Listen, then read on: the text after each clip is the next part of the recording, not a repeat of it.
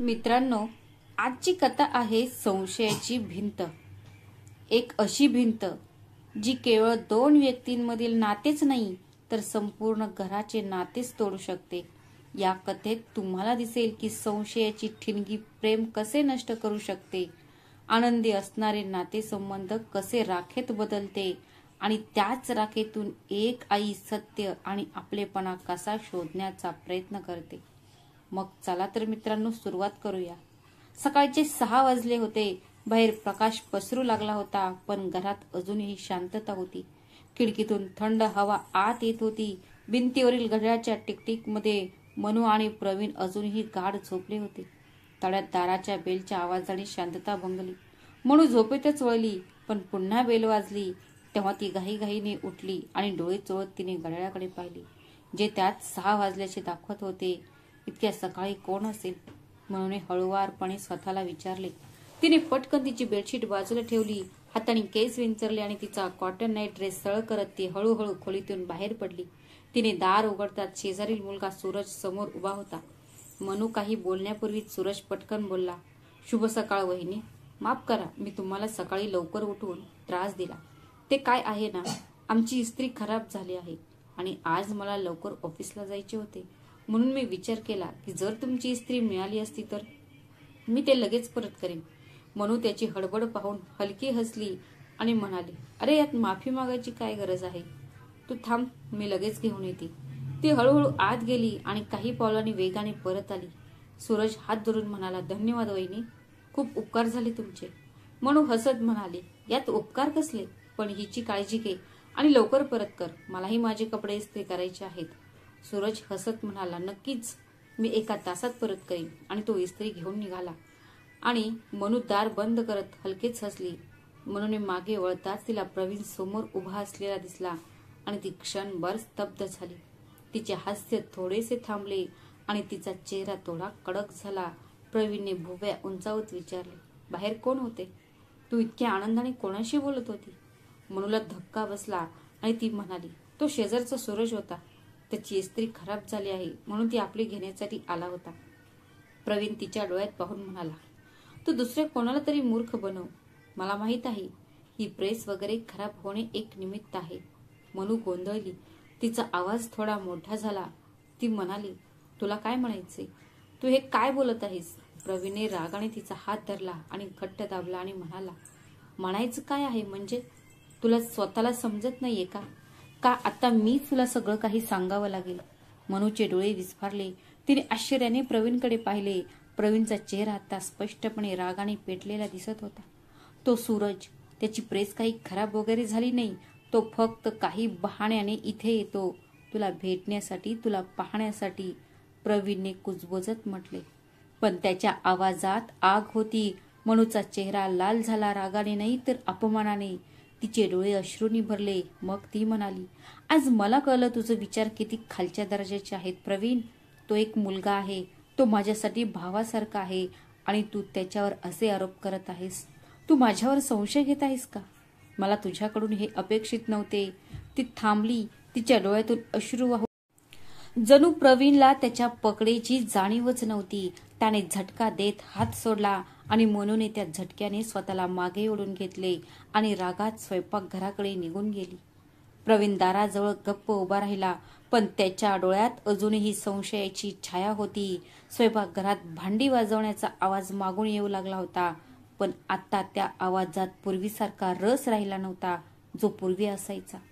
स्वयंपाकघरात जाताना तिच्या डोळ्यात अश्रू होते, राग आणि अपमानाचे मिश्रण. आत येताच तिने चहासाठी गॅसवर पाणी ठेवले, पण तिचे हात थरथरत होते. प्रवीण तिथेच ड्रॉइंग रूम जवळ उभा राहिला. क्षणभर त्याला स्वतःवर राग आला. कदाचित मी हे प्रकरण विनाकारण वाढवले, पण मी काय करू? ही अस्वस्थता, ही शंका. स्वयंपाकघरात मनू जोरजोरात भांडी ठेवायला लागली, जणू ती प्रत्येक आवाजात तिचा राग बाहेर काढत होती. प्रवीण हळूहळू दाराजवळ आला आणि स्वयंपाकघराच्या भिंतीला टेकून उभा राहिला. मनू, त्याने हळू आवाजात हाक मारली, पण काहीच उत्तर आले नाही. हे बघ, प्रकरणाला जास्त ओढू नकोस. बस मला ते थोडं विचित्र वाटलं, त्या मुलाचे वारंवार काही ना काही कारणे काढून इथे येणे आणि तू मनू मागे वळली. तिच्या डोळ्यात अश्रू होते, पण तिचा आवाज थंड आणि कडू होता. तुला माझ्यापेक्षा जगातील लोकांच्या विचारावर विश्वास आहे प्रवीण. तुझा विश्वास माझ्या चारित्र्यावर नाही, माझ्या हसण्यावर डळमळीत होतो. मग आपण काय बोलायचं? मला फक्त भीती वाटते मनू. प्रवीणचा आवाज आता रागवलेला नव्हता, तर घाबरलेला होता. भीती? मनू उपहासाने म्हणाली. प्रेम करत आहेस तर विश्वास पण कर, नाहीतर ही शंका आणि भीती एक दिवस तुझ्या हातून आपले हे नाते नष्ट करेल. असे म्हणत मनूने चहाचा कप त्याच्या समोर ठेवला. ती मागे वळून निघणारच होती, तेवढ्यात प्रवीणने तिचा हात हळुवारपणे धरला. यावेळी राग नव्हता, हट्टीपणा नव्हता, फक्त थोडी भीती आणि भरपूर प्रेम होते. मनू प्लीज यार. त्याचा आवाज आता मंद होता, त्यात थोडा ओलावा होता. तू मला खूप चांगले ओळखतेस मनू. तुला माहिती आहे की मी तुझ्यावर किती प्रेम करतो. जर कोणी तुला चुकीच्या हेतूने पाहिले किंवा तुझ्या जवळ येण्याचा प्रयत्न केला तर मी शांत कसा राहू? मनूच्या डोळ्यात ओलेपणा होता, पण त्यांच्यात राग नव्हता, फक्त थकवा होता. प्रवीण, तुझा हा गैरसमज एके दिवशी आपले नाते तोडेल. तुला माझ्यावर विश्वास ठेवावा लागेल प्रवीण.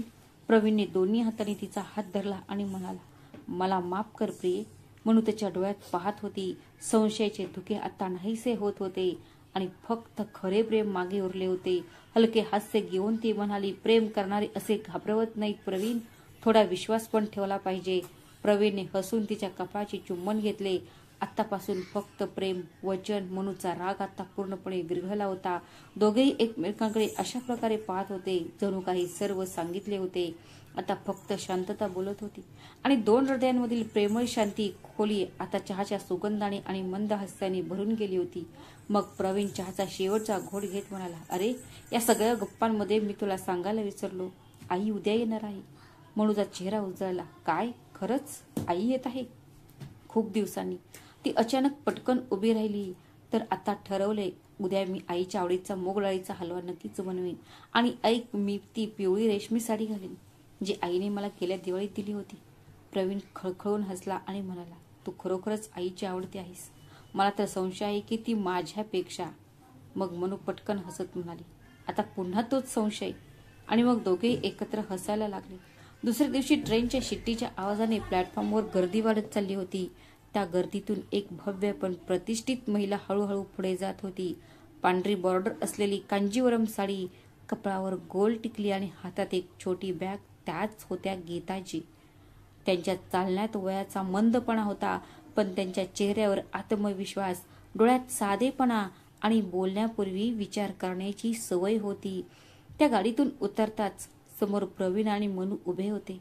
मुलगा आणि सोनेला पाहून गीताजींच्या डोळ्यात एक विचित्र चमक आली. थकवणाऱ्या प्रवासाच्या आणि वयाच्या मानाने येणारा थकवा त्या दोघांना पाहून नाहीसा झाला होता आणि त्यांच्या चेहऱ्यावर एक वेगळाच ताजेपणा दिसत होता. प्रवीण लगेच पुढे सरकला आणि खाली वाकून त्याच्या आईच्या पायांना स्पर्श केला आणि म्हणाला, आई कशी आहेस? प्रवास ठीक होता का? गीताजी हसल्या. हो बाळा, प्रवास खूप चांगला होता. थोडी थकान होती, पण तुम्हा दोघांना पाहिल्यानंतर क्षणार्धात सर्व थकवा निघून गेला आहे. माझ्या मनाला शांती मिळाली आहे. हे ऐकून मनू भावूक झाली. तीही पुढे सरकली आणि हळूहळू तिच्या सासू गीताजींच्या पायांना स्पर्श करून नमस्कार केला आणि हळुवारपणे म्हणाली, आई, तुमच्याशिवाय घर खूप रिकामे वाटते. आता मी तुम्हाला कुठेही जाऊ देणार नाही. गीताजींचे डोळे ओले झाले, पण त्यांचा चेहरा हास्याने भरलेला होता. तिने प्रेमाने मनूच्या डोक्यावर हात ठेवला आणि म्हणाली, ठीक आहे बाळा, आता मी कुठेही जाणार नाही. थोड्यात मागून प्रवीणचा हसण्याचा आवाज आला. अरे, जर ही सासू सुनेची भेट संपली असेल तर आपण जाऊया का? टॅक्सी ड्रायव्हर बराच वेळ बाहेर वाट पाहत उभा आहे. मग तिघेही हसायला लागले. मनूने पटकन तिच्या सासूची बॅग घेतली आणि बाहेर जाऊ लागली. टॅक्सीजवळ पोहोचताच ड्रायव्हरने लगेच दार उघडले. गीताजी आत बसताना हसत हसत म्हणाल्या, 1 महिन्यानंतर घरी परत येते. खरंच सांगू, मन तर माझे तुमच्यापाशीच होते, पण काय करणार, बहिणीची तब्येत पण अचानक बिघडली होती आणि तिची काळजी घेणे पण महत्वाचं होतं. टॅक्सी हळूहळू चालत होती. बाहेर सौम्य सूर्यप्रकाश होता आणि आत उबदार वातावरण होते. प्रवीणने त्याच्या आईकडे पाहिले आणि म्हणाला, मावशीची तब्येत आता कशी आहे? गीताजीने एक दीर्घ श्वास घेतला आणि म्हणाल्या, आता ठीक आहे बाळा, पण जे घडले ते सहजासहजी विसरता येणार नाही. प्रवीणच्या डोळ्यात राग होता. तिच्या डोळ्यात राग दिसत होता. जर मावशीची सून थोडीशी समजूतदार असती तर मावशीला इतके सहन करावे लागले नसते. मग गीताजींनी हसत हसत आपल्या मुलाकडे पाहिले आणि गंभीर स्वरात म्हणाल्या, जेव्हा आपले स्वतःचे नाणे खोटे असेल तेव्हा इतरांना दोष देऊन काय फायदा? मनू शांतपणे पुढे पाहत होती, पण तिच्या मनात प्रश्न उसळू लागले होते. ती विचार करू लागली, प्रत्येक सासूची विचारसरणी माझ्या सासूसारखी असेल तर किती बरे होईल ना. त्यामुळे सासरच्या घरात कोणतीही मुलगी निराधार राहणार नाही. गीताजी आणि प्रवीण अजूनही बोलत होते. कधी ते मावशीच्या घराबद्दल बोलत होते तर कधी जुन्या दिवसांबद्दल. मग गीताजींची नजर मनूवर पडली, जी कुठेतरी हरवलेली दिसत होती. ती हसत म्हणाली, सुनबाई, तू काय विचार करत आहेस एवढ्या वेळ? मनू घाबरून हसली. काही नाही आई, मी तुमचे बोलणे ऐकत होती. गीताजींनी प्रेमाने तिच्या डोक्यावर हात मारला आणि हलके हास्य करत म्हणाल्या, मला तिथे तुम्हा दोघांची खूप आठवण आली. प्रवीण लगेच म्हणाला, आई, आम्हालाही तुझी खूप आठवण आली. खरंच घर अपूर्ण वाटत होतं. टॅक्सी आता हळूहळू घरासमोर थांबली. मनू पटकन खाली उतरली आणि पुढे येऊन गीताजींचा हात धरला. प्रवीणे खाली वाकून बॅग उचलली. गीताजींनी दोघांकडे एक नजर टाकली. मुलाच्या नजरेत प्रेम आणि सुनेच्या नजरेत आदर होता, जो आता हळूहळू प्रेमात बदलत होता. त्या हसत म्हणाल्या, असंच एकमेकांची साथ जपून ठेवा, हीच सर्वात मोठी संपत्ती आहे. म्हणून एक किंचित मान हलवली आणि म्हणाली, आता तुम्ही आला आहात आई, त्यामुळे हे घर पुन्हा पूर्ण झाल्यासारखे वाटत आहे. तिघेही हळूहळू दाराकडे चालू लागले. प्रत्येक पावलावर असं वाटत होतं की जणू काही नात्यांचा प्रकाश घरात परत येत आहे. घरात पोहोचल्यानंतर काही वेळातच प्रवीणने घड्याळाकडे पाहत घाईघाईने त्याची बॅग उचलली आणि म्हणाला, मनू, प्लीज मला माझा टिफिन लवकर दे, मला खूप उशीर झाला आहे. मनूने पटकन त्याला टिफिन दिला आणि म्हणाली, अरे पण तो नाश्ता करायला हवा, आता तर फक्त 10 वाजले आहेत आणि NSP एवढी दूर पण नाही. प्रवीण रागाने म्हणाला, नाही मनू, सकाळी सकाळी खूप ट्रॅफिक असते आणि आज आधीच उशीर झाला आहे. मग गीताजी म्हणाल्या, अरे बाळा, सुनेने मूग डाळीचा हलवा खूप प्रेमाने बनवला आहे, तो तरी खा. आईला खुश करण्यासाठी प्रवीणे तिच्या वाटीतून 1 चमचा हलवा काढला. तो चाखला आणि म्हणाला, खरंच खूप छान आहे. चल आई, आता मी निघतो. गीताजी हसल्या आणि म्हणाल्या, ठीक आहे. बरं ऐक ना बाळा, आज थोडे लवकर ये. प्रवीणे तिच्याकडे आश्चर्याने पाहिले आणि काही बोलणार तेवढ्यात मनू पटकन म्हणाली, आज मामांजींची निवृत्तीची पार्टी आहे, आपल्याला संध्याकाळी तिथेच जायचे आहे. संध्याकाळी प्रवीण काहीतरी बोलणारच होता तेव्हा गीताजी म्हणाल्या, आणि तसेही बाळा, मला पार्ट्यांमध्ये जायला आवडत नाही, म्हणून तुम्ही दोघांनी जायला हवे. जर कोणी गेले नाही तर तुमचे मामा रागवतील. प्रवीणने मान हलवली आणि मग पटकन टिफिन उचलला. मोटरसायकलच्या चाव्या घेतल्या आणि दाराकडे निघाला. प्रवीण निघून जाताच घरात थोडी शांतता पसरली. मनू स्वयंपाकघराचे काम पूर्ण करू लागली. मागून गीताजींचा आवाज आला, मनू बाळा, थोडं इकडे येते का? तुझ्याशी बोलून बराच वेळ झाला आहे. मनू हसत हसत त्यांच्याकडे आली आणि जवळ बसली. गीताजींनी तिच्याकडे पाहिले आणि हळुवारपणे विचारले, सुनबाई, मला एक गोष्ट खरं खरं सांग, प्रवीण तुला आनंदी तर ठेवत आहे ना? तुमच्या दोघांमध्ये सगळं ठीक आहे ना? मनूने आईकडे थोड्या आश्चर्याने पाहिले आणि नंतर हलक्या हास्याने म्हणाली, आई, सगळं ठीक आहे आणि तो माझ्यावर खूप प्रेम करतो, पण तुम्ही अचानक हे सगळं का विचारत आहात? गीताजींच्या हास्यात एक आईची आपुलकी आणि काळजी दिसून येत होती. तिने मनूच्या डोक्याला प्रेमाने हात लावला आणि म्हणाली, अगं काही नाही, असंच. मी एक आई आहे, नेहमीच मुलांची काळजी लागलेली असते. मी देवाला फक्त प्रार्थना करते की तुम्ही दोघेही असेच आनंदी राहा. मनूच्या डोळ्यात अश्रू आले. थोडासा ओलावा तरंगला, पण ओठांवर हास्य होते. संध्याकाळी खोलीत हलका पिवळा प्रकाश पसरला होता. मनू ड्रेसिंग टेबल समोर उभी होती आणि तिच्या साडीचा पदर समायोजित करत होती. लाल रंगाची रेशमी साडी आणि त्यावर सोनेरी कट स्लीव्ह ब्लाउज होता. तिच्या हास्यात एक वेगळीच चमक होती. डोळ्यांवर काजळाची हलकी रेषा आणि ओठांवर गुलाबी लिपस्टिक लावलेली होती. ती स्वतःकडे पाहून हसली. ती खूप आनंदी होती. बऱ्याच दिवसांनी तिचे मन हलके वाटत होते. प्रवीण सोबत घालवलेल्या काही चांगल्या क्षणांनी तिच्या हृदयाच्या खोलवर स्पर्श केला होता. त्याच क्षणी प्रवीण खोलीत आला. त्याची नजर मनूवर पडताच तो काही क्षण थांबला. वाव, त्याच्या तोंडातून नकळत हे शब्द बाहेर पडले. मनूने आश्चर्याने त्याच्याकडे पाहिले आणि हसली. तू असा का पाहत आहेस मला? प्रवीण थोडा हसला, नंतर जवळ आला आणि हळुवारपणे म्हणाला, मनू, तू आज खूप सुंदर दिसत आहेस. मनूचे हास्य अधिकच गडद झाले आणि म्हणाली, तुम्ही काही कमी स्मार्ट दिसत नाही मिस्टर. ती थोड्याशा खोडकरपणे म्हणाली, प्रवीण हसला आणि मग हळूच तिच्या साडीचा पदर तिच्या खांद्यावर व्यवस्थित करत म्हणाला, आज कोणीही तुझ्यावर वाईट नजर टाकू नये. मी मनूच्या डोळ्यात ओलावा आला, पण तिने ते तिच्या पापण्याने तो लपवला. सर्व काही असेच ठीक राहू, तिने स्वतःशी विचार केला. काही वेळाने दोघेही एकत्र खोलीतून बाहेर पडले. मनूच्या कपडावर एक छोटीशी बिंदी, कानात झुमके, हातात बांगड्या आणि लाल साडीतील तिचा लूक संपूर्ण घराला उजळवत असल्याचे दिसत होते. प्रवीणच्या डोळ्यात एक वेगळाच अभिमान दिसत होता. गीताजींनी त्यांच्या सुनेला पाहताच त्यांचा चेहरा उजळून गेला. माझी सून खूप सुंदर दिसते, कोणाचीही वाईट नजर तिच्यावर पडू नये, ती हसत म्हणाली आणि प्रेमाने वाईट नजर दूर करू लागली. मग मनू प्रेमाने म्हणाली, आई तुम्ही जेवण करून घ्या. प्रवीणने घड्याळाकडे पाहिले आणि म्हणाला, आई कॅब आली आहे, आम्ही निघतो, तू शांतपणे झोप, आमची काळजी करू नकोस. गीताजींनी प्रेमाने मान हलवली आणि म्हणाल्या, ठीक आहे बाळा, पण येते वेळी काळजीपूर्वक या आणि हो, जास्त उशीर करू नका. प्रवीण हसत म्हणाला, ठीक आहे आई, आम्ही जास्त उशीर करणार नाही. म्हणून तिच्या आईचे पाय स्पर्श केले आणि मग दोघेही दाराकडे निघाले. बाहेर थंड वाऱ्याने मनूच्या साडीचा पदर हळुवारपणे उडवला, जणू काही रात्रही तिच्या सौंदर्याला नमस्कार करत होती. प्रवीणने पुढे जाऊन गाडीचा दरवाजा उघडला आणि मनू हलकेसे स्मित करत त्यात बसली. दोघेही पार्टीच्या ठिकाणी पोहोचताच सगळीकडे प्रकाश, हास्य आणि संगीत पसरले होते. मोठा हॉल रंगबेरंगी दिव्यांनी सजवला गेला होता. रंगबेरंगी दिवे, फुगे आणि फुलांनी सजवलेला तो एक मोठा हॉल होता. गोल सजवलेल्या टेबलांवर नातेवाईकांची गर्दी होती. मध्यभागी एक चमचमीत डान्स फ्लोअर आणि एका कोपऱ्यात डीजे होता. यामुळे वातावरण आणखी रंगतदार झाले होते आणि सर्वजण उत्सवाच्या मूडमध्ये होते. मनूच्या प्रवेशाने क्षणभर सर्वांचे लक्ष वेधून घेतले. लाल साडीत ती खूपच सुंदर दिसत होती. प्रवीण त्याच्या काकांचा मुलगा जितू सोबत एका टेबलवर बसून हसी मजाक करत होता. संगीताचा आवाज मोठा होता, गाडी वाजत होती आणि पाहुणे एकामागून एक डीजेकडे आकर्षित होत होते. दरम्यान थोड्या अंतरावर मनू एकटीच टेबलावर बसली होती. तोड्यात मागून आवाज आला, अरे वहिनी, तुम्ही इथे एकटे का बसला आहात? तो संजय होता, काकांचा मुलगा, जो काही वर्षांपासून अमेरिकेत राहत होता आणि सध्या अमेरिकेत काही महिन्यांपूर्वी परतला होता. तो एक खोडकर हास्य आणि उबदार डोळ्यांसह अनुकडे आला. चला ना, सगळे नाचत आहेत, आज तर आनंदाचा दिवस आहे.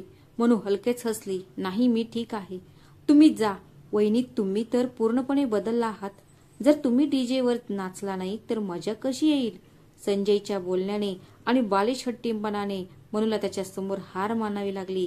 ती त्याच्यासोबत संकोच करत डान्स फ्लोअरवर गेली. दोघेही नाचू लागतात. सर्व नातेवाईक टाळ्या वाजवू लागले. काही लोक व्हिडिओ बनवत होते, काही फोटो क्लिक करत होते. मनूच्या चेहऱ्यावर हास्य आणि संकोचाचा एक विचित्र मिलाप होता, पण ती मनापासून नाचत होती. संजयने अनुचा हात धरला आणि तिला किंचित वळवले. टाळ्यांच्या कडकडाट मनू हसत होती की अचानक तिचा तोल बिघडला. ती पडणारच होती तेव्हा संजयने तिला हळुवारपणे स्वतःकडे ओढले आणि धरले. प्रवीणची नजर अचानक एका दूरच्या कोपऱ्यातून त्यांच्यावर पडली. सुरुवातीला तो थोडासा हसला, पण जसा संजयने मनूचा हात हातात धरून 2 पावले पुढे गेला, त्याच्या डोळ्यातील चमक कमी झाली. त्याने पाण्याचा ग्लास उचलला आणि जोरात टेबलावर ठेवला. जवळ उभ्या असलेल्या जितूने विचारले, काय झाले भाऊ? प्रवीण म्हणाला, काही नाही, पण त्याच्या मनात वादळ उठले होते. मनूला धरून संजय हसला आणि म्हणाला, वहिनी तू ठीक आहेस ना? मनूने स्वतःला सावरले आणि हळूच मान हलवली. हो, मी ठीक आहे, धन्यवाद. जर तुम्ही मला पकडले नसते तर मी खूप वाईट पडली असते. मग संजयने हलकाच विनोद करत म्हणाला, बाय द वे वहिनी, तुझ्यासोबत नाचायला मजा आली. मनू हलकेच हसली आणि काहीही न बोलता ती हळूच स्टेजवरून खाली आली आणि प्रवीणच्या शेजारी बसली. प्रवीण, ज्याने आधीच सर्व काही पाहिले होते, त्याचा चेहरा कठोर होता. त्याच्या डोळ्यात राग स्पष्ट दिसत होता. मनू जवळ बसताच तो तीक्ष्ण स्वरात म्हणाला, तुला परत येण्याची इतकी घाई का झाली? तू त्याच्या मिठीत थोडा जास्त वेळ घालवायला हवा होतास. मनू पूर्णपणे स्तब्ध झाली. तिने हळूच प्रवीणकडे पाहिले आणि शांत पण ठाम आवाजात म्हणाली, तू पुन्हा तेच बोलत आहेस. अरे मी पडणारच होतो. जर संजयने मला पकडले नसते तर मी कदाचित खूप खाली पडले असते. प्रवीण तिच्याकडे तिखट नजरेने पाहत म्हणाला, संजय सारखा हिरो तर हवा आहे ना तुला, जो पार्टीच्या मध्यभागी येतो आणि तुला धरतो, फिरवतो आणि तू विचार न करता त्याच्यासोबत नाचायला सुरुवात करतेस. मनूचे डोळे क्षणभर विस्फारले. तिला काहीतरी बोलायचे होते पण शब्द तिच्या घशातच अडकले. प्रवीणचा चेहरा अधिकच कडक झाला. तो रागवला होता. तो म्हणाला, कधी कधी मला वाटतं की मी फक्त नावापुरताच तुझा नवरा आहे. तुला बाहेरच्या मुलांची संगत जास्त आवडते. मनू आतून थरथर कापत होती. तिचे डोळे अश्रूंनी भरले होते. तिने शांतपणे दुसरीकडे पाहिले आणि म्हणाली, तुला माझ्यावर तेवढाही विश्वास नाही? ती उठली आणि हळू पावलांनी बाहेर पडली. पार्श्वभूमीत पार्टीचा गोंधळ आणि संगीत चालूच होते, पण मनूचे जग त्या क्षणी पूर्ण शांततेत बुडालेले दिसत होते. मनू बाहेर येताच प्रवीणही त्याच्या मागे वेगाने गेला. काही न बोलता त्याने फोनवरून लगेच कॅब बुक केली. मनू डाव्या बाजूला लॉनच्या भिंतीजवळ उभी होती, जिथे पार्टीचा मंद प्रकाश फडफडत होता. ती मान खाली घालून उभी होती, जणू ती स्वतःला शाप देत होती. मी या पार्टीत का आले? तिच्या चेहऱ्यावर पश्चाताप, अपमान आणि असहाय्यता स्पष्ट दिसत होती. प्रवीण काही अंतरावर उभा राहून तिला पाहत होता, पण आता तो शांत होता. कोणताही पश्चाताप नाही, फक्त शांतता होती, जी दोघांमध्ये भिंतीसारखी उभी होती. काही मिनिटांनी कॅब समोर येऊन थांबली. मनू हळूहळू पुढे गेली. दार उघडले आणि काही न बोलता आत बसली. प्रवीण काही सेकंद तिथेच उभा राहिला. मग तोही पलीकडून येऊन बसला. कॅब चालू लागली, पण आत शांतता पसरल्यासारखे वाटत होते. मनू खिडकीकडे तोंड करून बसली होती. तिच्या डोळ्यातून अश्रू वाहत होते. कोणताही आवाज न येता फक्त तिच्या गालावरून ओघळत होते. तिला माहीत होते की आता बोलून तिला काहीही उपयोग नाही, कारण ज्याला समजून घ्यायचे असते तो शांततेही ऐकतो.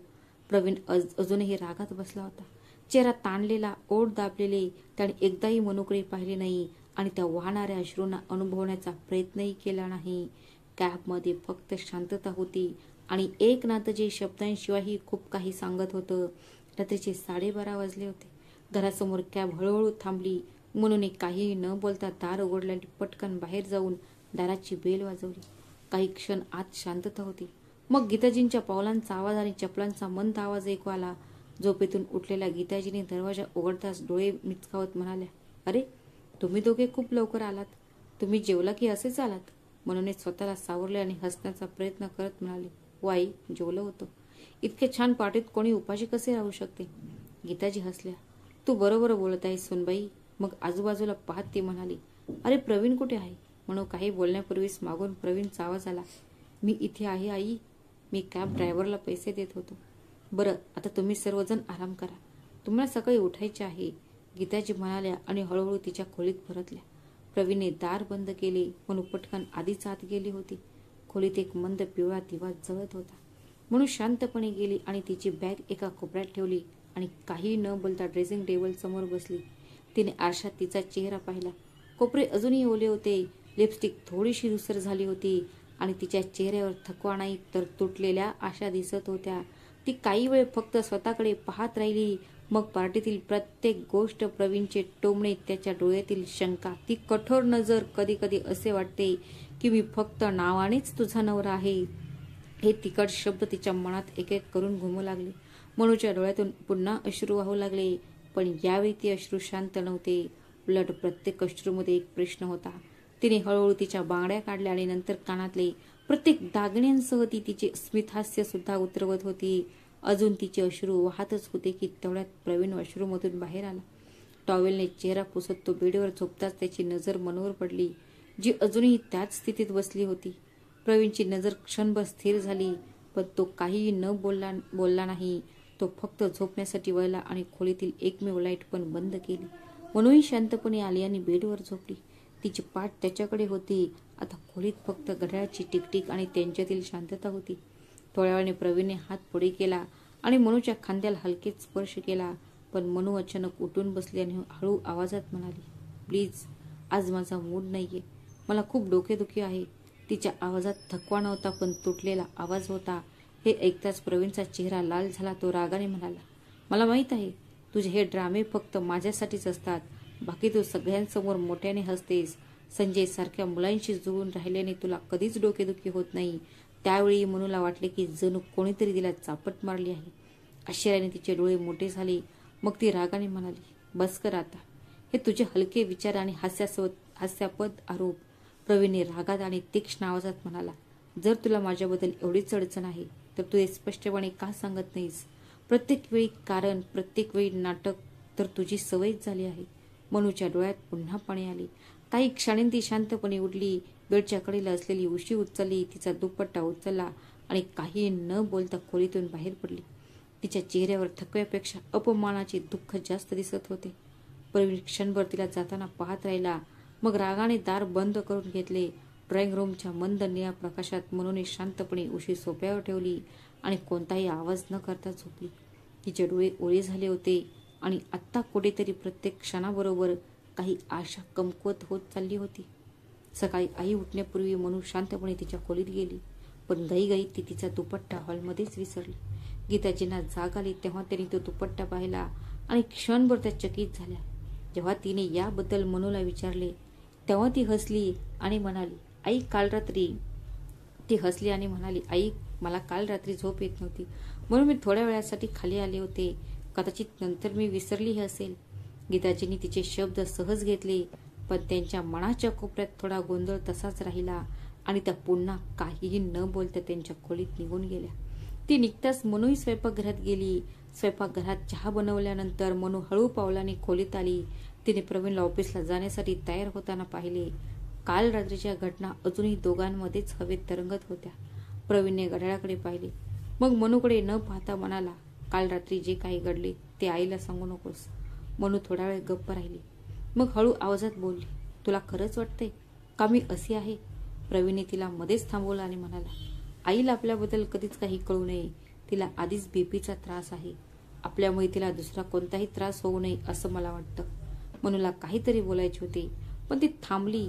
मग प्रवीण तिच्याकडे न पाहता त्याची बॅग आणि फोन उचलला आणि पटकन दार उघडून बाहेर पडला.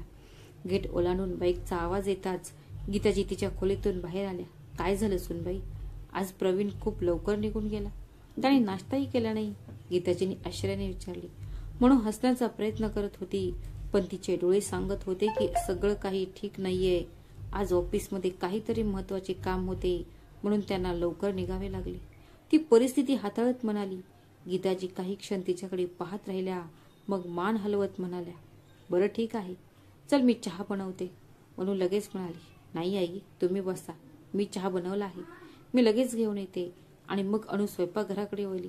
जसे दररोजप्रमाणे आज देखील सर्व काही सामान्य आहे, पण हृदयात एक वादळ निर्माण झाले होते, ज्याबद्दल ती कोणाशीही बोलू शकत नव्हती. दुपारची वेळ होती. घरात एक विचित्र शांतता पसरली होती. भिंतीवर टांगलेल्या घड्याळात 2 वाजले होते. खाली तिच्या खोलीत बसलेल्या गीताजीने हळूवर पाहिले. काय माहीत, पण आज थोडं अस्वस्थ वाटत होतं. सुनबाई, तिने हाक मारली, पण काहीच प्रतिसाद मिळाला नाही. तिने पुन्हा हाक मारली. यावेळी तिच्या आवाजात थोडी काळजी होती, तरीही तिला काहीच प्रतिसाद मिळाला नाही. तेव्हा गीताजी उठल्या आणि हळूहळू पायऱ्यात चढू लागल्या.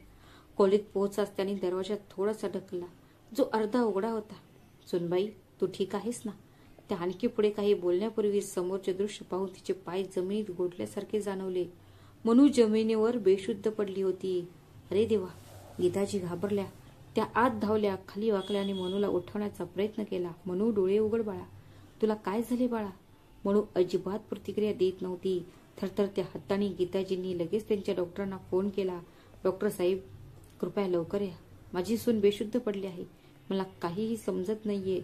थोड्याच वेळात डॉक्टर आले आणि तिची तपासणी केल्यानंतर तिने एक दीर्घ श्वास घेतला आणि हसली. अभिनंदन, ती आई होणार आहे, काळजी करू नका.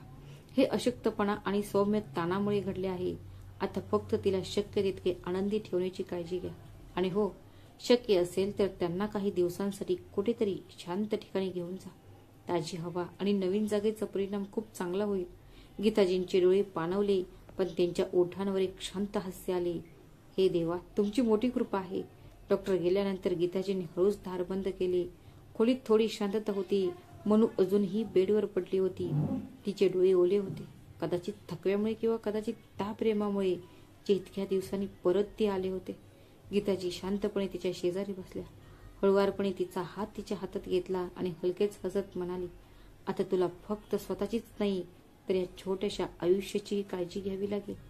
मग थोडा वेळ गप्प राहिल्यानंतर पुन्हा त्या म्हणाल्या, मी काही बोलू का?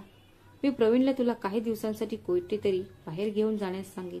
बदललेली हवा, मोकळे आकाश, कदाचित हेच तुमच्यासाठी सर्वोत्तम औषध आहे.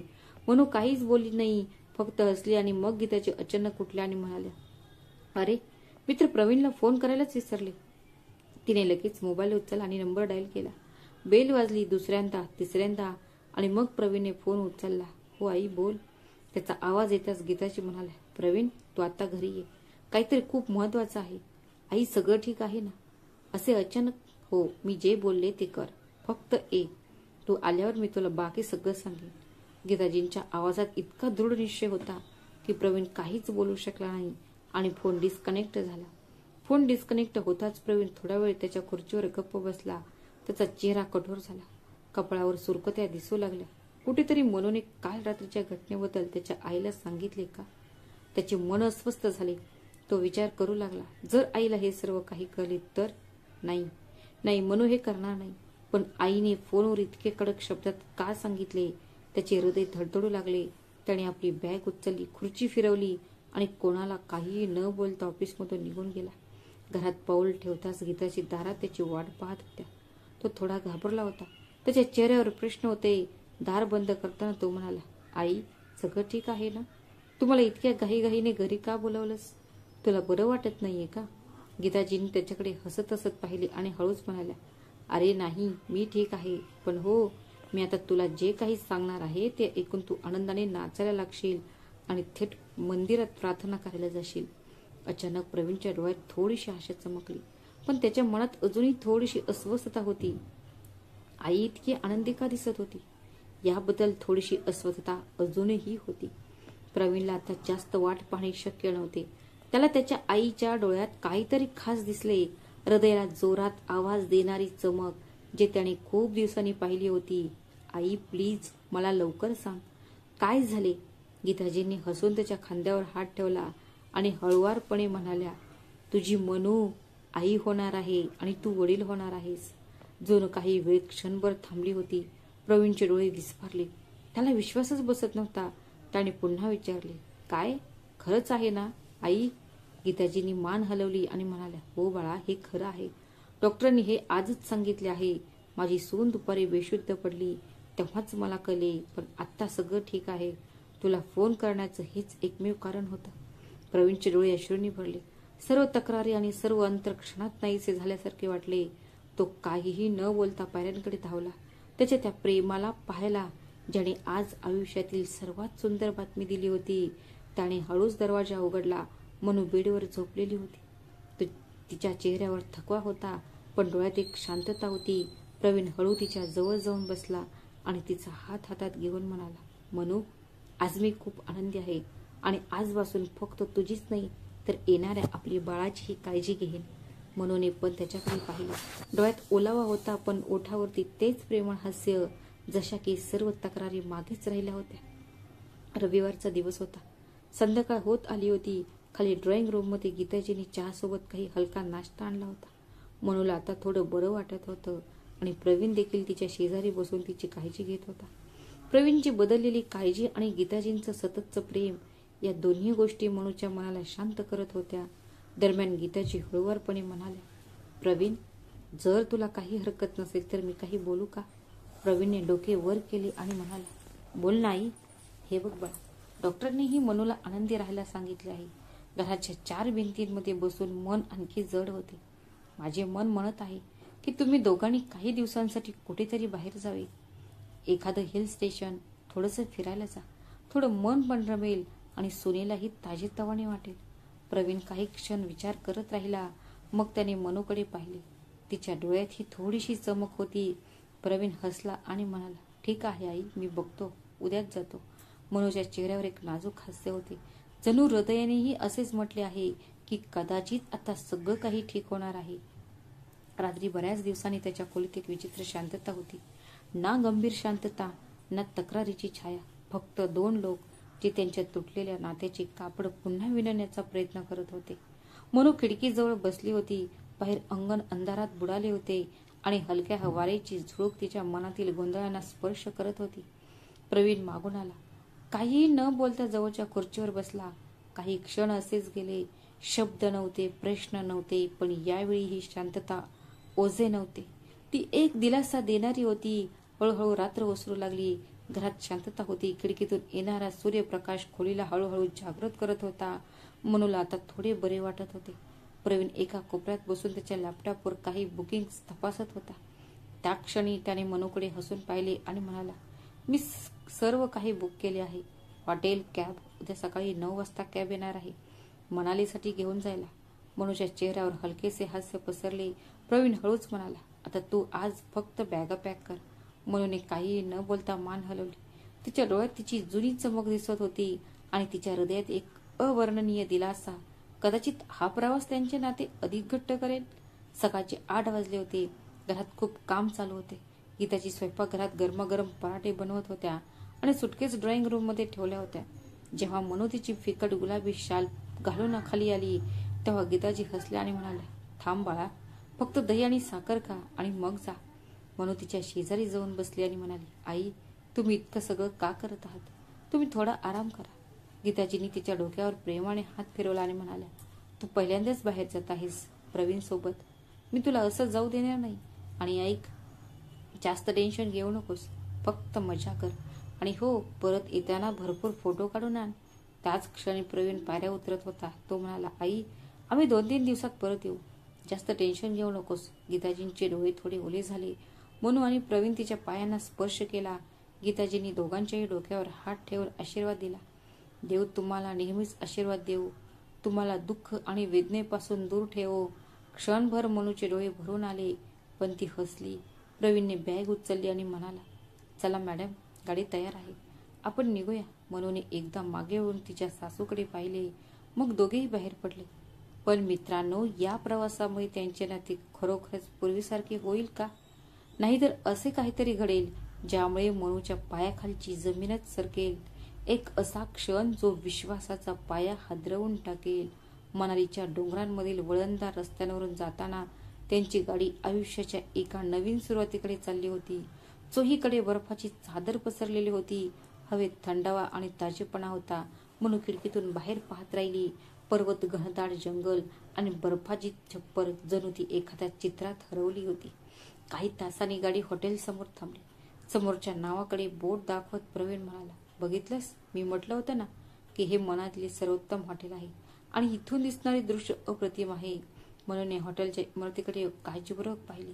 मग थोड्या अस्वस्थतेने म्हणाले, मला माहित नाही का, पण हे हॉटेल थोडे विचित्र दिसते. आपण दुसरे हॉटेल शोधूया का? प्रवीणने हसून तिचा हात धरला आणि हसत म्हणाला, अरे मॅडम, तुम्ही अनावश्यक विचार करत आहात. हे हॉटेल रेटिंगमध्ये टॉप क्रमांकावर आहे आणि तू स्वतः बघ ना हे दृश्य. अशी दुसरी जागा कुठे मिळेल? मनूने त्याच्या बोलण्याला उत्तर दिले नाही. फक्त शांतपणे त्याच्यासोबत रिसेप्शनवर चालत गेली. संध्याकाळी दोघेही त्यांच्या खोलीत होते. बाहेर थोडा हलका अंधार होता. मनू बाल्कनीत उभी होती. तिचे डोळे दूरवर असलेल्या बर्फाची पर्वतांवर केले होते. हवेत थोडीशी थंडी होती आणि तिच्या डोळ्यात शांत चमक होती. ती हसत म्हणाली, मला या दऱ्या अशा प्रकारे पाहाव्यात असं वाटतंय. प्रवीण जवळ आला आणि तिच्याकडे पाहत विनोदाने म्हणाला, ठीक आहे, असं करूया. आपण इथेच स्थायिक होऊया. मी इथेच नोकरी शोधेन आणि जेव्हा आपल्याला मुलगा होईल तेव्हा आपण त्याला इथेच शिक्षण देऊ. म्हणून त्याच्याकडे हसत पाहिले. खरंच? प्रवीण हसला आणि डोके हलवत म्हणाला, हो. आणि ऐक, मी एक छोटासा ढाबा उघडेन पहाडी पद्धतीने. मी त्याला मनू की चाय असे नाव देईन आणि मी रोज सकाळी 6 वाजता तुझ्यासाठी गरम आल्याची चहा बनवेन. मनू आता जोर जोरात हसायला लागली. आता बस कर, थांब. खरं तर तू जेव्हा विनोद करतो ना तेव्हा खरंच सगळं चांगलं वाटायला लागतं. प्रवीणने तिच्या डोळ्यात पाहिलं आणि म्हणाला, आता तू रोज सकाळी असंच हसत राहा. मनू हळुवारपणे म्हणाली, मी तेव्हाच हसेन जेव्हा तू माझ्यासोबत असंच राहशील. दोघेही काही वेळ गप्प राहिले, पण ती शांतता देखील प्रेमाने भिजलेली वाटत होती. डोंगराची हवा थंड होती, पण त्यांच्यातील जवळीक हळूहळू पुन्हा उबदारपणा आणत होती. तेवढ्यात दारावर थाप पडली. Room service sir. प्रवीणने दार उघडले. एक सफाई कामगार हॉट टॉवेल आणि साबणाचा ट्रे घेऊन हात आला. सर, फ्रेश टॉवेल आणि साबण. मग प्रवीण हसला आणि म्हणाला, धन्यवाद. आणि हो, कृपया 2 कप आल्याची चहाही पाठवा. सफाई कामगार क्षणभर थांबला. त्याची नजर मनूवरच राहिली. सर, या मॅडम तर. मग त्याने डोळे खाली केले. प्रवीणला काहीतरी विचित्र वाटले. काय झाले? तुम्हाला काही हवे आहे का? प्रवीणचे बोलणे ऐकून सफाई कामगार काहीतरी बोलणार होता, पण तो गप्प बसला. नाही सर, काही नाही. मी आताच चहा पाठवतो. तो पटकन मागे वळला आणि दार बंद करून निघून गेला. प्रवीण दाराजवळ उभा राहिला. त्याचे डोळे बंद दाराकडे पाहत होते. जणू तो सफाई कामगाराचे पूर्ण शब्द समजून घेण्याचा प्रयत्न करत होता. मग त्याने हळूच मनूकडे पाहिले. तो काही क्षण तिलाच पाहत राहिला, काहीही न बोलता. म्हणून त्याची नजर ओळखली. वळून ती हलकेच हसली. काय झालं? तू माझ्याकडे असं का पाहत आहेस? प्रवीणने हसण्याचा प्रयत्न केला, पण त्या हास्यात जवळीक नव्हती. तो फक्त एक मुखवटा होता. जणू काही त्याच्या चेहऱ्यावर संशयाची पहिली छाया आली होती. काही नाही, तो म्हणाला. मी आता बाहेरून जाऊन येतो, तू चहा घे. म्हणून मान हलवली, पण आता तिच्या चेहऱ्यावर थोडासा तणाव दिसत होता. जणू तिच्या आत ही थोडी काहीशी अस्वस्थता वाढली होती. दार उघडले आणि प्रवीण बाहेर गेला. प्रवीण जलद पावलांनी लॉबीकडे चालत गेला. त्याच्या चेहऱ्यावरून त्याचा गोंधळ आणि अस्वस्थता स्पष्टपणे दिसून येत होती. त्याने आजूबाजूला पाहिले आणि मग तो सफाई कामगार त्याला कोपऱ्यात जाताना दिसला. अरे ऐक, प्रवीणने हाक मारली. सफाई कामगार थांबला आणि बोलला. हो साहेब, बोला. प्रवीण त्याच्या जवळ आला आणि म्हणाला, तू काहीतरी बोलणार होतास, पण तू अचानक गप्प काय झालास? काहीतरी गडबड आहे का? सफाई कामगार थोडासा संकोचला, मग म्हणाला, नाही साहेब, तसं काही नाहीये. प्रवीणचे डोळे आवळले. त्याचा आवाज थोडा कडक झाला. हे बघ, मी काही मस्करी करत नाही. जर काही गडबड असेल तर स्पष्टपणे सांग. सफाई कामगाराने आजूबाजूला पाहिले, मग हळुवारपणे म्हणाला, साहेब, तुमची बायको 2 महिन्यांपूर्वी इथे आली होती, पण त्यावेळी तिच्यासोबत दुसरे कोणीतरी होते. प्रवीण क्षणभर स्तब्ध झाला. जणू त्याचा श्वास थांबला होता. तो रागाने म्हणाला, काय फालतू बोलत आहेस? कदाचित तू दुसऱ्या कोणाला तरी पाहिले असेल, कारण माझी पत्नी पहिल्यांदाच मनालीला आली आहे. सफाई कामगाराने डोके खाली केले आणि म्हणाला, म्हणूनच मी तुम्हाला सांगण्यास घाबरत होतो साहेब. मला माहित होते की तुम्ही माझ्यावर विश्वास ठेवणार नाही, पण मी कोठे बोलत नाहीये. प्रवीणने डोळे चोळले आणि स्वतःला सावरण्याचा प्रयत्न केला. तू तिला कोणत्या तारखेला पाहिले होते? सफाई कामगार म्हणाला, 20 डिसेंबर. त्या दिवशी माझ्या मुलीचा वाढदिवस होता, म्हणून मला ती तारीख आठवत आहे. आणि त्या गृहस्थाने मला 500 रुपयांची टिप ही दिली होती. ते दोघेही आमच्या हनीमून सूटमध्ये राहिले होते, जिथे फक्त जोडपे राहतात. प्रवीणच्या चेहऱ्यावरून जणू काही सर्व रंग निघून गेला होता. त्याच्या मनात प्रश्नांचे वादळ उठले. त्याने थरथरत्या हाताने त्याचा मोबाईल काढला आणि एक फोटो दाखवला आणि विचारले, हे बघ, हा तोच माणूस होता का? सफाई कामगाराने स्क्रीनकडे पाहत हळूच मान हलवली. हो साहेब, चेहरा तर तोच दिसतोय, पण ते पण खूप गोरे होते आणि त्यांनीही खूप चांगले कपडे घातले होते. प्रवीणचे ओठ सुकले. त्याचे हृदय आता वेगाने धडधडत होते. त्याच्या आत काहीतरी तुटत होते. जणू त्याच्या पायाखालून विश्वासाची जमीन सरकत होती. हॉटेलच्या लॉबीच्या एका कोपऱ्यात उभा असलेला प्रवीण वारंवार त्या क्लीनरचे शब्द आठवत होता. ते 20 डिसेंबर रोजी आले होते, दुसऱ्या कोणातरी सोबत, एका गोऱ्या मुलासोबत. 500 रुपयांची टिप. त्याचा घसा कोरडा पडत होता. नाही, म्हणून हे करू शकत नाही. ती तर म्हणायची की ती मनालीला कधी आली नाही, आणि जर ती आली असली तरी माझ्यापासून ते का लपवले? तो त्याच्या फोनवर 20 डिसेंबरची तारीख शोधू लागला. फोटो, कॉल, लॉग, बँक व्यवहार, पण त्याला मनूकडे स्पष्टपणे निर्देश करणारे काहीही सापडले नाही. ती खरंच खोटं बोलत आहे का? की सफाई कामगाराचा गैरसमज झाला असेल? तिच्या जागी दुसरी कोणी मुलगी असावी?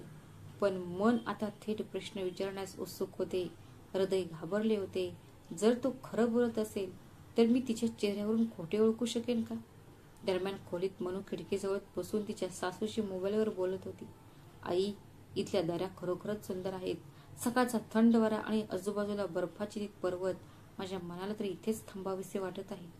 फोनच्या दुसऱ्या बाजूला गीताजी हसत होत्या. खूप चांगलं केलेस बाळा, जे फिरायला गेलात. आता तुझी तब्येत कशी आहे?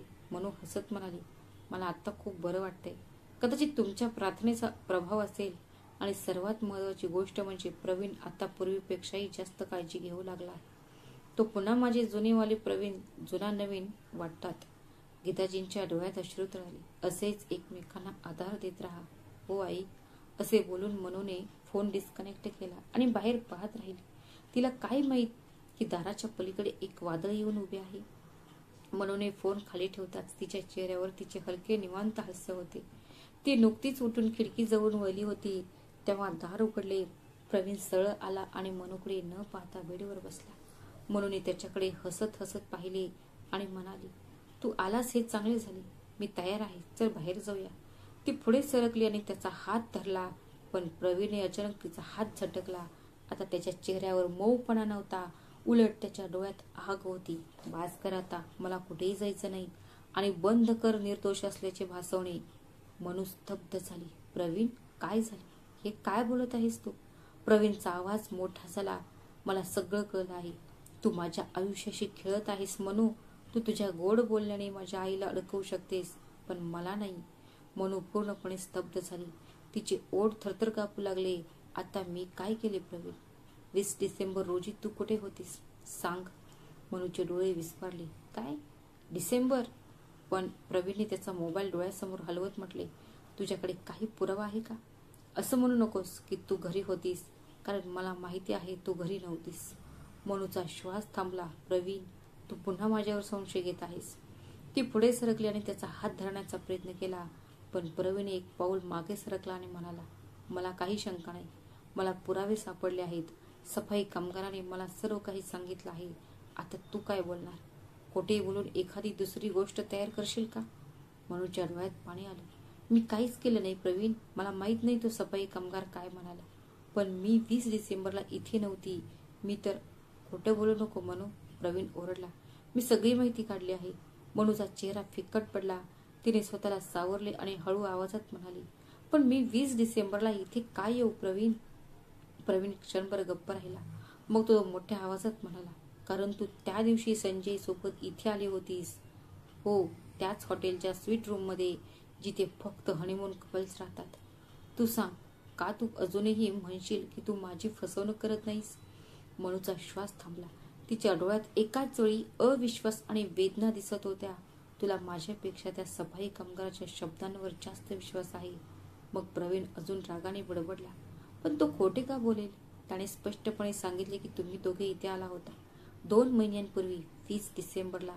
त्याला ती तारीखही आठवत होती, कारण त्या दिवशी त्याच्या मुलीचा वाढदिवस होता आणि तुझ्यासोबत एक माणूस होता.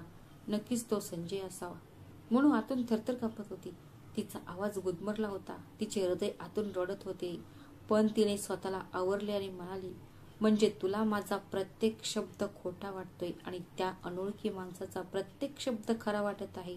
तो माणूस जे काही म्हणतो ते सर्व मानता, पण माझ्यावर नाही. हाच तुझ्या माझ्यावरचा विश्वास आहे का? हेच नाते आहे का ज्यासाठी मी सर्वस्व सोडले?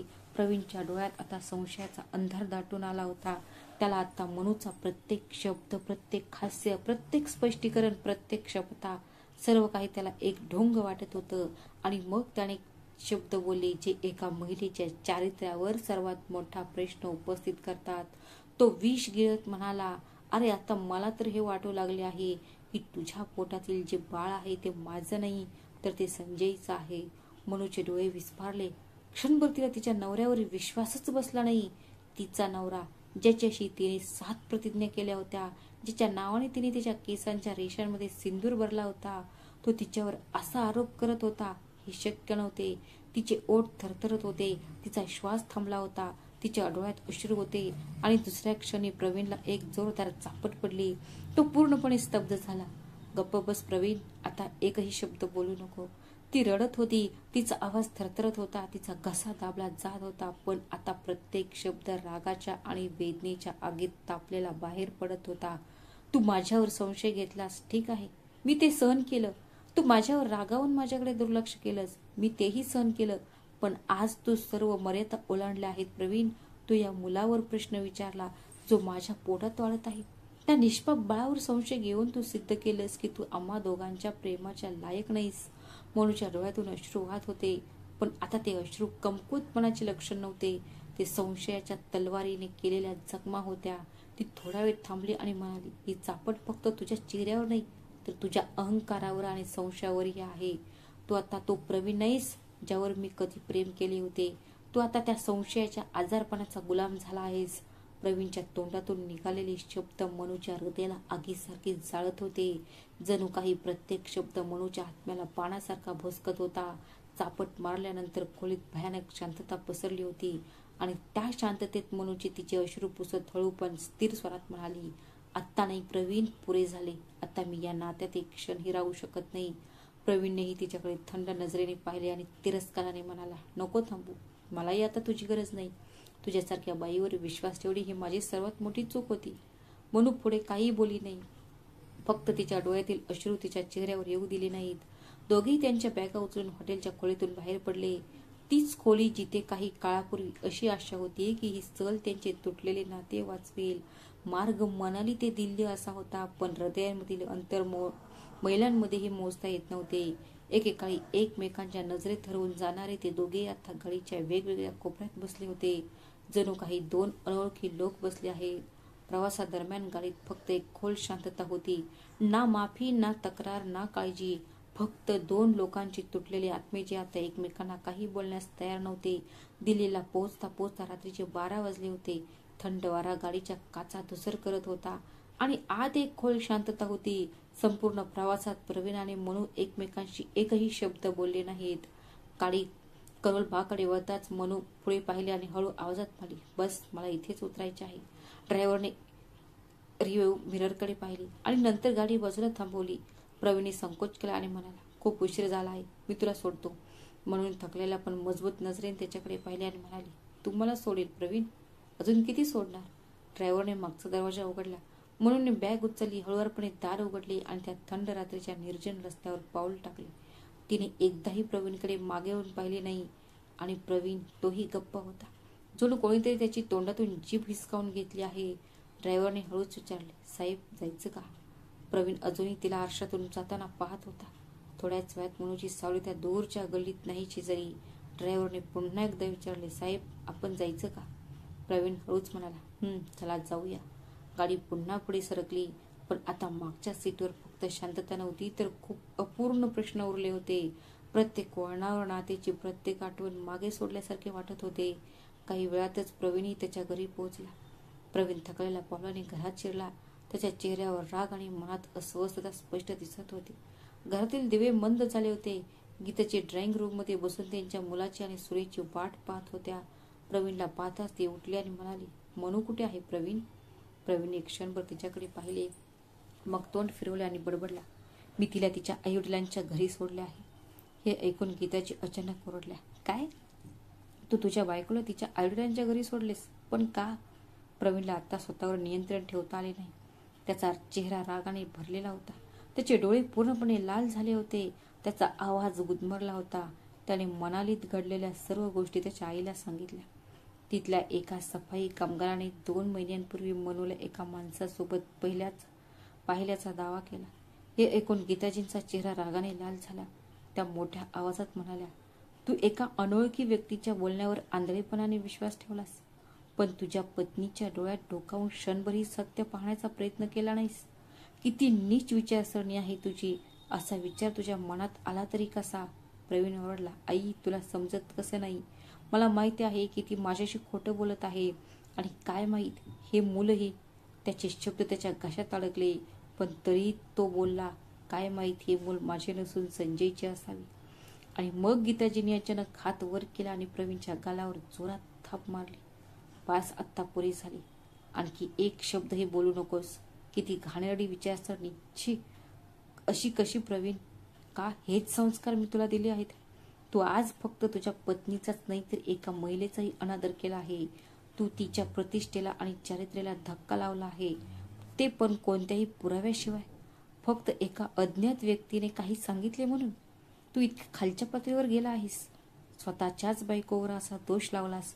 ती मुलगी जी सगळं सोडून तुझ्या घरी आली, जिने तिचे सर्व नातेसंबंध मागे सोडले आणि तुला तिचे स्वतःचे सर्वस्व मानले, तुला आदर दिला, प्रेम केले, आणि तू तिच्यासोबत असं केलंस? प्रवीण क्षणभर स्तब्ध झाला. त्याने त्याच्या डोळ्यात त्याच्या आईचे ते भाव यापूर्वी कधीही पाहिले नव्हते. गीताजींच्या डोळ्यात अश्रू होते, पण ते काही कमकुवतपणामुळे नव्हते. ते दुःख आणि रागाचे होते. ती थरथरत्या आवाजात म्हणाली, ती सून जिला मी माझी मुलगी मानते, जिने इतके वर्ष या घराची काळजी घेतली आहे, ज्या मुलीला डॉक्टरांनी विश्रांती घेण्याचा सल्ला दिला होता, तिला संशयाच्या दलदलीत ढकललंस, तेही जेव्हा तिला तुझी सर्वात जास्त गरज होती. प्रवीण काहीच बोलला नाही. त्याची मान खाली झाली होती, पण गीताजी थांबल्या नाहीत. 20 डिसेंबर रोजी म्हणून माझ्यासोबत जयपूरला होती. तुझ्या मावशीच्या मुलीच्या लग्नात विसरलास का तू? जेव्हा तू स्वतः ऑफिसच्या कामासाठी बाहेर गेला होतास, त्या सफाई कामगारांनी तुला जे काही सांगितले त्यावर अजूनही तुला विश्वास आहे का? प्रवीणने आश्चर्याने वर पाहिले. जणू अचानक एक जोराची चापट त्याच्या हृदयावर पडली आहे. गीताजीने एक दीर्घ श्वास घेतला आणि म्हणाले, शंका घेण्यापूर्वी एखाद्याने आपल्या नात्याचा आरसा पाहिला पाहिजे बाळा, नाहीतर ते नाते कायमचे तुटते. आणि कदाचित आता ते तुटले आहे. खोलीत शांतता पसरली होती. पहिल्यांदाच प्रवीणला त्याच्या निर्णयाची भीती वाटली आणि पश्चातापाचा आवाज त्याला खूप त्रास देऊ लागला. प्रवीण तिथे सोफ्यावर बसला, जणू काही वादळाने त्याला वाहून नेले आहे.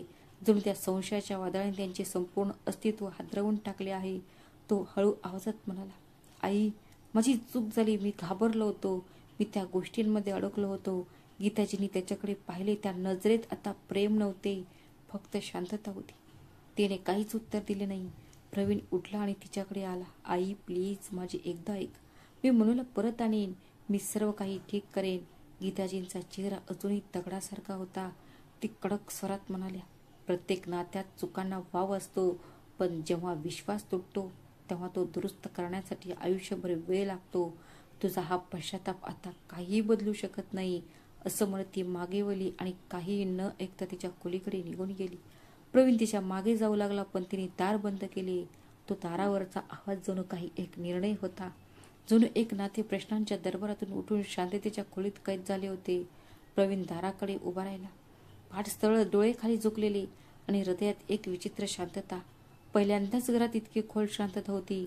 ना आईची खरडपट्टी, ना बायकोचा आवाज, फक्त एक जड शांतता जी त्याच्या श्वासातही प्रतिध्वनित होत होती. तो हळूहळू भिंतीचा आधार घेऊन जमिनीवर बसला. एक एक करून सर्व गोष्टी त्याच्या डोळ्यासमोर येऊ लागल्या. मनूची असहाय्यता, तिचे सत्य जे ती ओरडून सांगत होती, आणि त्याचा आंधळा संशय. पण आता खूप उशीर झाला होता. त्याने स्वतः खोदलेल्या विश्वासाच्या जमिनीवर आता फक्त पश्चातापाची राख उरली होती. रात्र गडद होत चालली होती आणि त्या शांततेत प्रवीणचा एकटेपणा आणखी ओरडू लागला. खिडकीतून सकाळचा प्रकाश खोलीत शिरत होता. मनू रात्रभर झोपू शकली नाही. तिचे सुजलेले डोळे संपूर्ण रात्रीच्या वेदना सांगत होते. तेवढ्यात तिचा फोन वाजला. स्क्रीनवर आई लिहिले होते. तिने थरथरत्या हाताने कॉल स्वीकारला. गीताजींच्या आवाजात राग नव्हता, पण एक खोल दुःख होते. बाळा, मला तुला काहीतरी विचारायचे होते. तू प्रवीणला हे का सांगितले नाहीस की 20 डिसेंबर रोजी जयपूरमध्ये तू माझ्यासोबत होती, माझ्या मावशीच्या नातीच्या लग्नात? मनूच्या डोळ्यातून अश्रू वाहत होते. ती दबलेल्या आवाजात म्हणाली, आई, मला आठवतच. मी त्याला हे सांगणार होते, पण त्याच क्षणी तो असं काहीतरी म्हणाला की हे मूल कदाचित त्याचं नसेलही.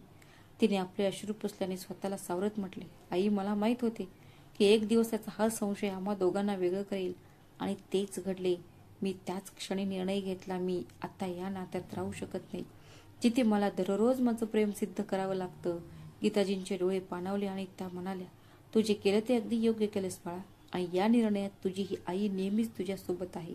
कारण तू फक्त माझी सून नाहीस, तर तू माझी मुलगीही आहेस. दुसरीकडे प्रवीण त्यावेळी त्याच्या खोलीत एकटाच बसला होता. त्याचे डोळे सुजले होते. त्याच्या आईच्या चापडीची ऊब अजूनही त्याच्या गालावर जाणवत होती. तो फोन हातात घेऊन पुन्हा पुन्हा फोन करायचा, आणि प्रत्येक वेळी त्याला पलीकडून फक्त शांतता मिळायची. म्हणून त्याचा एकही फोन घेतला नाही. त्याच्या डोळ्यातून सतत पश्चातापाचे अश्रू वाहत होते. ज्या नात्याला विश्वासाने जोपासले पाहिजे होते, त्यात त्याने संशयाचे विष मिसळले होते. आणि यावेळी मनू गेली होती, ती पण कायमची.